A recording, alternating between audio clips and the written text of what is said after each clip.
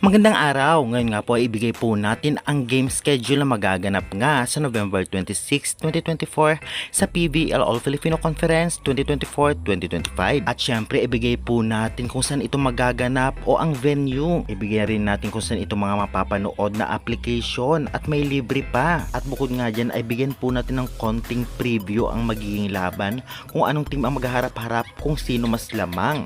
Kaya bago natin ibigay lahat ng yan guys ay please huwag nang pong kalimutan mag-like, comment, i-subscribe and pa-hit the notification bell para lagi po kayong updated sa mga bawang video about sa volleyball dito sa Pilipinas. Nakikiusap po ako, pa-subscribe naman dahil karamihan sa aking manonood na hindi pa nasa-subscribe. Maraming salamat. At syempre huwag na po nang ting patagilin pa, ito na po ang game schedule sa November 26, 2024. Unang maghaharap nga 4pm, PLDT High Speed Hitters versus Capital One Solar Spikers.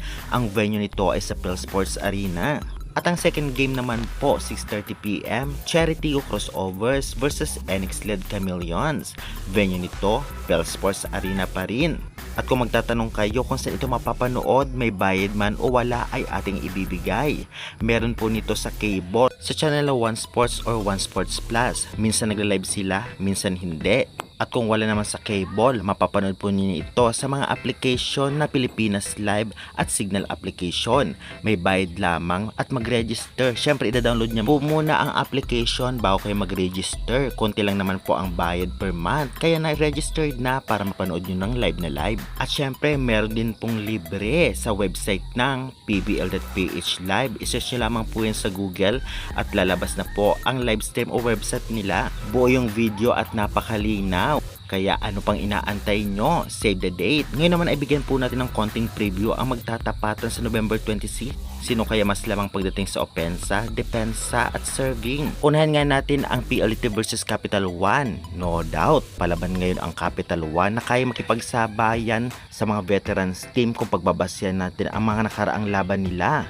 Kaya nilang umabot sa 5th set o di naman kaya may panalo ang laro kahit pa mga veterans team. Kaya wag dapat magpakampante ang PLDT. Samantala ang Cherry Tigo versus NX-led. Kitang-kita, no doubt mas lamang ngayon ang Cherry Tigo kontra sa NX-led kung pagbabasyan natin ang past performance nila. Kailangan lang ng NX-led na tamang balasa at maging palaban dahil andyan naman ang skills para matapatan ang Cherry Tigo. Kaya good luck to both teams. Kaya guys, hanggang po muna ang update sa araw na ito. Maraming salamat.